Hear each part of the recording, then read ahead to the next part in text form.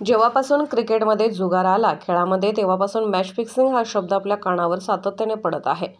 त्याच्यावर चर्चा होत आहे. 1.5 वर्षापासून महाराष्ट्रामध्ये बेकायदेशीर घटनाबाह्य सरकार काम करतंय.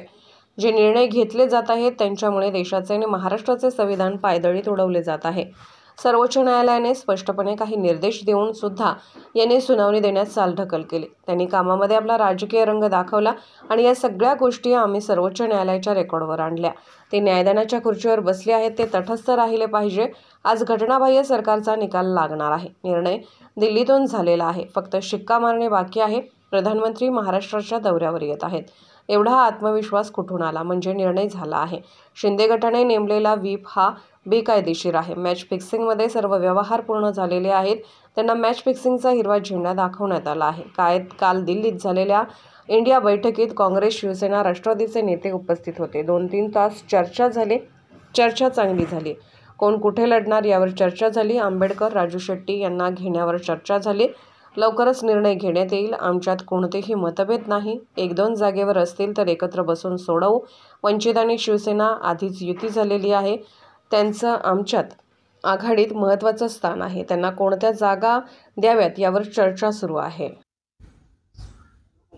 जेव्हापासून क्रिकेटमध्ये जुगार आला खेळामध्ये तेव्हापासून मॅच फिक्सिंग हा एक शब्द आपल्या कानावर सातत्याने पडतो. त्याच्यावर चर्चा होते. 1.5 वर्षापासून या महाराष्ट्रामध्ये एक बेकायदेशीर घटनाबाह्य असं सरकार काम करत आहे आणि ज्या पद्धतीने घटनाबाह्य सरकार काम करत आहे, चालवलं जात आहे, निर्णय घेत आहे, त्याच्यामुळे रोज या देशामध्ये आणि महाराष्ट्रामध्ये संविधानाची, ज्याला आपण पायदळी तुडवणं म्हणतात, तसा प्रकार सुरू आहे. गेल्या 1.5 वर्षात त्या घटनाबाह्य सरकारने घेतलेला प्रत्येक निर्णय हा घटनाबाह्य. सर्वोच्च न्यायालयाने स्पष्टपणे काही निर्देश देऊन सुद्धा बरं का विधानसभेचे अध्यक्ष यांनी सुनावणी घेण्यात चालढकल केली. यांनी इतर अनेक कामामध्ये आपला राजकीय रंग दाखवला आणि या सगळ्या गोष्टी आम्ही सर्वोच्च न्यायालयासमोर रेकॉर्डवरती आणलेल्या आहेत. सर्वोच्च न्यायालयानं त्यांची नियुक्ती ही ट्रायब्युनल म्हणजे न्याय प्रक्रिया देणारी एक व्यक्ती म्हणून केलेलं आहे. ट्रायब्युनल म्हणजे ते न्यायदानाच्या खुर्चीवर बसलेले आहेत. अशा व्यक्तीनं तटस्थ राहायला पाहिजे असं संविधान म्हणतं. पीठासीन अधिकारी, पण हे पीठासीन अधिकारी त्यांच्यावर न्यायदानाचं कर्तव्य पार पाडण्याची जबाबदारी आहे. हे ज्यांच्यावरती आम्ही आरोप केले आहेत किंवा जे आरोपी आहेत या सगळ्या बेकायदेशीर प्रकरणातले, त्या मुख्यमंत्र्यांना जाऊन भेटतात स्वतः आणि कारण काय देत आहेत? आता मी कोणालाही भेटू शकतो आणि मी माझ्या मतदारसंघातील कामासाठी भेटलो. मी या ट्रायब्युनलला सांगू इच्छितो की विधानसभा अध्यक्षांचा प्रोटोकॉल असा सांगतो की एखाद्या कामासाठी सूचना देण्यासाठी विधानसभा अध्यक्ष मुख्यमंत्र्यांना पाचारण करतात आणि मंत्र्यांना आपल्या चेंबरमध्ये बोलवतात. विधानसभा अध्यक्ष स्वतः जात नाही त्यांच्या कामासाठी, असं प्रोटोकॉल सांगतो. पण हे आता आम्हाला सांगतात की आम्ही का गेलो. तुम्ही का गेला ते सगळ्यांना माहिती आहे. तुम्ही मॅच फिक्सिंगची डेट आणि मॅच फिक्सिंग कशा प्रकारे असावं हे ठरवण्यासाठी गेला. या सगळ्या गोष्टी सर्वोच्च न्यायालयाच्या रेकॉर्डवरती आता घेतल्या जात आहेत. दुसऱ्या 2 महत्त्वाच्या गोष्टी आम्ही रेकॉर्डवरती घेत आहोत. माननीय प्रधानमंत्री नरेंद्र मोदीजी 12 तारखेला महाराष्ट्राच्या दौऱ्यावर येत आहेत. हा एवढा आत्मविश्वास त्यांच्यात कुठून आला? 10 तारखेला जर एखाद्या घटनाबाह्य सरकारचा फैसला लागणार आहे, आजच्या 10 तारखेला घटनाबाह्य सरकारचा फैसला लागणार आहे, सरकार घटनाबाह्य आहे हे आम्हाला माहिती आहे. मग तुम्हाला एवढी खात्री आहे का हे घटनाबाह्य सरकार टिकणार आहे, टिकवलं जाणार आहे म्हणून तुम्ही येताय? तुम्हाला निकाल माहित आहे का? हे सुद्धा आम्ही रेकॉर्डवरती घेतो. आजच आम्ही वाचलं की मुख्यमंत्री डावोस दौऱ्यावर चालले. जर आज ट्रिब्युनल निर्णय देणार असेल आणि तो घटनेनुसार देणार असेल आणि घटनेनुसार आपण सरकारसह अपात्र ठरणार असाल, तर आपण कोणत्या आत्मविश्वासानं ट्रिब्युनल डावोसला चाललेला शिष्टमंडळ घेऊन? आम्हाला खात्री आपण मुख्यमंत्री राहणार नाही घटनेनुसार, तरी आपण डावोसला जायचा निर्णय घेतलेला आहे. याचा अर्थ असा आहे की तुमचं मॅच फिक्सिंग झालेलं आहे. प्रधानमंत्री, मुख्यमंत्री, भारतीय जनता पक्ष आणि विधानसभेचे सो कॉल्ड ट्रिब्युनल यांचं मॅच फिक्सिंग झालं असून त्या पद्धतीनं निर्णय दिला जाईल असं आधीच ठरल्यामुळे माननीय प्रधानमंत्री महाराष्ट्र दौऱ्यावर रोड शो करायला येत आहेत. राज्याचे घटनाबाह्य मुख्यमंत्री आजच्या निर्णयानंतर डावोसला निघणार आहेत काही दिवसात.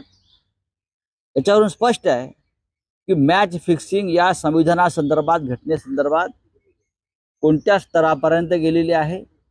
त्याच्यामुळे आज काय होईल हा एक औपचारिकपणा आहे, फक्त निर्णय देण्याचा एक औपचारिकपणा असा आम्ही मानतो. त्यांना तो सर्वोच्च न्यायालयाच्या आदेशानं द्यावा लागेल इतकंच. पण सर्वोच्च न्यायालयानं स्पष्ट सांगितलेलं आहे, निर्देश दिलेले आहेत, शिंदे गटानं नेमलेला व्हीप हा बेकायदेशीर आहे. सुनील प्रभू हा शिवसेनेचा जे मूळ व्हीप आहे ते कायदेशीर आहे. त्यांचा व्हीप हा मान्य आहे सगळ्यांना. हा सर्वोच्च न्यायालयाचा निर्णय आहे. एकदा शिंदे गटाचा व्हीपच बेकायदेशीर ठरल्यावर त्याने दिलेला प्रत्येक निर्णय हा बेकायदेशीर आहे. सर्वोच्च न्यायालयानं सांगितलं आहे, शिंदे गटात एकनाथ शिंदे यांची गटनेतेपदी झालेली निवड बेकायदेशीर आहे. याचा अर्थ असा आहे मुख्यमंत्री बेकायदेशीरपणे त्या सरकारमध्ये बसलेले आहे. सर्वोच्च न्यायालयानं हे निरीक्षण दिलेलं आहे. राज्यपालांची प्रत्येक कृती आणि कारवाई ही बेकायदेशीर आणि चुकीची आहे. त्याच्यामुळे बहुमताच्या प्रत्येक गोष्टीपासून घेतलेली प्रत्येक घटना ही चुकीची आणि बेकायदेशीर आहे. त्याच्यामुळे हे सरकार गेल्या 1.5 वर्षापासून अत्यंत बेकायदेशीर पद्धतीनं या महाराष्ट्रात राज्य करतायत. त्यांना राज्य करू दिलं जात आहे. त्यासाठी 2 पक्ष फोडण्यात आले, पक्षांतर घडवण्यात आली, पक्षांतरासाठी कोट्यावधी रुपयांच्या खोक्यांचा वापर करण्यात आला आणि आज नाईलाजानं एक औपचारिकपणा म्हणून त्यांना निर्णय द्यावा लागत आहे. पण ही प्रत्येक गोष्ट प्रधानमंत्र्यांच्या दौऱ्यापासून ते मुख्यमंत्र्यांच्या डावोस दौऱ्यापर्यंत आम्ही प्रत्येक गोष्ट सर्वोच्च न्यायालयामध्ये रेकॉर्डवरती आणणार आहोत. डिस्क्वालिफिकेशन को लेके जो आज फैसला आने वाला है और कल ही जो स्पीकर हैं वो जाके मुख्यमंत्री से मिलते हैं और 12 तारीख को प्रधान काल महाविकास आघाडीची बैठक महाराष्ट्रात झाली, दिल्लीत झाली. त्याच्यात जागा वाटपासंदर्भात चर्चा झाली. काँग्रेस, राष्ट्रवादी काँग्रेस आणि शिवसेनेचे आम्ही सगळे सहकारी एकत्र बसलो. शिवसेनेतर्फे मी स्वतः आणि माझे सहकारी शिवसेना नेते विनायक राऊत माझ्याबरोबर होते. राष्ट्रवादी काँग्रेसतर्फे श्री जितेंद्र आव्हाडजी होते. काँग्रेसकडून फार मोठं शिष्टमंडळ होतं. त्याच्यामध्ये श्री अशोक गेहलोत, सलमान खुर्शीद, मोहन प्रकाश, मुकुल वासनिक दिल्लीत झाली. त्याच्यात जागा वाटपासंदर्भात चर्चा झाली. काँग्रेस, राष्ट्रवादी काँग्रेस आणि शिवसेनेचे आम्ही सगळे सहकारी एकत्र बसलो. शिवसेनेतर्फे मी स्वतः आणि माझे सहकारी शिवसेना नेते विनायक राऊत माझ्याबरोबर होते. राष्ट्रवादी काँग्रेसतर्फे श्री जितेंद्र आव्हाड जी होते, काँग्रेसकडून फार मोठं शिष्टमंडळ होतं, त्याच्यामध्ये श्री अशोक गेहलोत, सलमान खुर्शीद, मोहन प्रकाश, मुकुल वासनिक आणि महाराष्ट्रातून प्रदेशाध्यक्ष नाना पटोलेजी, बाळासाहेब थोरात, अशोकराव चव्हाण हे प्रमुख लोक होते. आमच्यामध्ये साधारण जागा वाटपावर सविस्तर चर्चा झाली, म्हणजे प्रत्येक जागेवर चर्चा झाली आणि त्यानंतर ठरलं की कोण कोणत्या जागेवर लढू शकेल. आणि आमच्यामध्ये कोणते मतभेद नाही. एखाद दुसऱ्या जागेचा जर काही वाद निर्माण झाला असेल तर तो एकत्र बसून सोडवला जाईल, हे आमचं एकमतानं ठरलं. कोण किती जागा लढणार यापेक्षा आपण सर्व जागा कशा जिंकू शकतो ही भूमिका आमची महत्त्वाची आहे. आमच्यामध्ये असाही निर्णय झाला की आपल्यासोबत वंचित बहुजन आघाडी माननीय प्रकाश आंबेडकर साहेबांच्या नेतृत्वाखाली त्यांना आपण समाविष्ट करून घेतलं पाहिजे. राजू शेट्टी यांचं संघटन जे आहे त्यांना सोबत घेतलं पाहिजे आणि त्यांच्यासाठी आपण काही जागांचा विचार केला पाहिजे. प्रकाश आंबेडकर यांच्या संदर्भात आम्ही अशी भूमिका मांडली की शिवसेना आणि प्रकाश आंबेडकरजी किंवा वंचित बहुजन आघाडी यांची युती आधीच झालेली आहे. त्याच्यामुळे महाविकास आघाडीतलं त्यांचं स्थान हे महत्त्वाचं आहे. आम्ही त्यांना मानतो, ते आमच्याबरोबर आहे. आणि आता त्यांना कसं सामावून घ्यायचं, कोणत्या जागा आपण त्यांना देऊ शकतो या संदर्भात लगेच चर्चा होईल. आम्ही सगळे मिळून या महाराष्ट्रामध्ये 40पेक्षा जास्त जागा जिंकू इतकी ताकद आमच्यामध्ये आता आहे. मुंबई असेल, कोकण असेल, विदर्भ असेल, मराठवाडा असेल, ज्या ज्या ठिकाणी उमेदवार आणि पक्ष यांची ताकद आहे त्यानुसार ती जागा त्या पक्षाला मिळेल, याच्यावरती एकमत आहे. आपण जे म्हणताय की वंचित बहुजन आघाडीचं काय पत्र काय म्हटलं आपण, त्यांनी प्रसिद्धी पत्र काढल्याने म्हटले की आम्ही अजूनही कोणाबरोबर नाही. संजयराव त्यांनी जे स्टेटमेंट केलं ते धुळफेक आहे. नाही, अजिबात धुळफेक नाही. माझं स्टेटमेंट नेहमी क्लिअर असतं. ते आमच्याबरोबरच आहेत असं आम्ही मानतो आणि ते महाविकास आघाडीचे घटक आहेत असं आम्ही मानतो, कारण त्यांची आणि शिवसेनेची युती आधीच झालेली आहे.